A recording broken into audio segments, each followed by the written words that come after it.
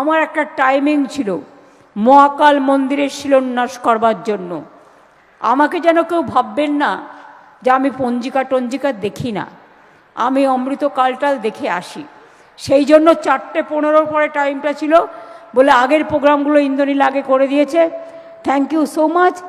এরপর আমাদের পালা হচ্ছে, আমাদের গর্ব সারা পৃথিবীর ইতিহাসে নতুনভাবে সংযোজিত হতে যাচ্ছেন উত্তরবঙ্গে যে মহাকাল, হে মহাকাল, হে ভৈরব, হর হর মহাদেব, রক্ষা করো মহাদেব, হর হর মহাদেব, রক্ষা করো মহাদেব, হর হর মহাকাল, রক্ষা করো মহাকাল।